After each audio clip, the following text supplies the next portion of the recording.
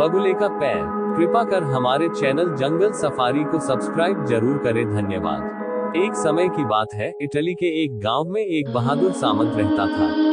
उसे जंगली जानवरों के शिकार का बहुत शौक था। एक दिन जब सामंत जंगल से गुजर रहा था तो उसने वहां एक बड़े बगुले को देखा, जो तालाब में खड़ा होकर मछलियां पकड़ रहा था। वह देखकर उसने अपने बंदूक से निशाना लगाकर गोली चलाई और उस बगुले का शिकार कर लिया। बगुले का शिकार करने के बाद सामंत अपने महल में वापस लौट आया। महल में आकर वह अपने रसोइये से बोला, आज रात मेरे कुछ मित्र भोजन के लिए आएंगे। इस बगुले को उनके लिए इस तरह तैयार करो कि वे उंगलियां चाटते रह जाए। सामंत का आदेश मिलते ही रसोइया तुरंत अतिथियों के लिए भोजन तैयार करने में जुट गया। कुछ देर बाद सामंत ने रसोई में आकर उससे फिर कहा, इस बगुले को बहुत ध्यान से पकाना। मैंने अतिथियों को विशेष रूप से इसी बगुले का स्वाद लेने के लिए बुलाया है। सामंत के निर्देश पर रसोइये ने उस बगुले को खूब ध्यान से पकाया।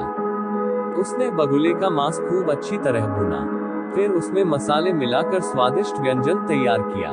उस व्यंजन की सुगंध इतनी अच्छी थी कि रसोइये का भी उसे चखने का मन हुआ। उसने सोचा कि बगुले का एक पैर थोड़ा सा चख लेने से किसी को क्या पता लगेगा, लेकिन बगुले का पैर इतना जायकेदार था कि रसोइया पूरा पैर ही खा गया। तब तक सामंत के अतिथि उसके घर पर आ पहुंचे। अतिथियों को भोजन कराने के लिए सामंत ने रसोइये को तुरंत भुना हुआ बगुला लाने का आदेश दिया। रसोइया एक बड़ी तश्तरी में वह बगुला रखकर भोजन कक्ष में जा पहुंचा और उसने उसे मेज पर सजा दिया। सामंत के अतिथियों को उस व्यंजन का स्वाद बहुत अच्छा लगा। उन्होंने उसे खूब चटकारे लेकर खाया और उस बगुले का शिकार करने के लिए सामंत की प्रशंसा के पुल बांध दिए। जब सभी लोग भोजन कर रहे थे, तभी सामंत ने देखा कि बगुले का सिर्फ एक पैर था। ये देखकर उसने अपने रसोइये को वहां बुलाया और उससे गुस्से में बोला, मेज पर जो बगुला रखा है, उसके मात्र एक ही पर है। बगुले का दूसरा पैर कहाँ है? सामंत की बात सुनकर रसोइया डर से कांपने लगा, लेकिन शीघ्र ही उसने स्वयं पर नियंत्रण करते हुए कहा, मालिक, निश्चय ही आपको कुछ गलतफहमी हुई है। बगुलों के तो एक ही पैर होता है। उसका जवाब सुनकर सामंत क्रोध से दांत पीसते हुए बोला, तो तुम मुझे मूर्ख समझते हो?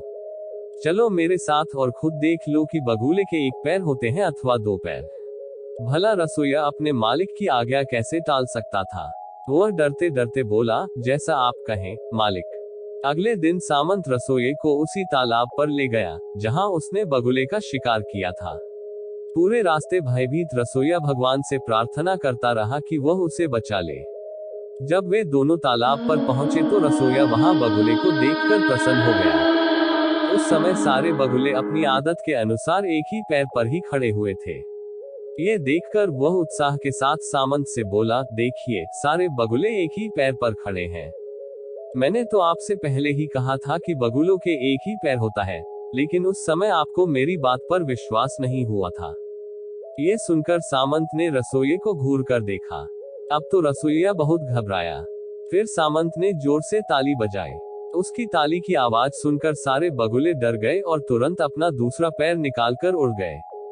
ये देखकर सामान अपने रसोइया पर चिल्लाया, अब बोलो, और कुछ बचा है कहने के लिए? चतुर रसोइये ने तुरंत कहा, मालिक, आपने खाने की मेज पर उस समय ताली क्यों नहीं बजाई? यदि आप उसी समय ताली बजा देते तो भुना हुआ बगुला अपना दूसरा पैर भी निकाल देता।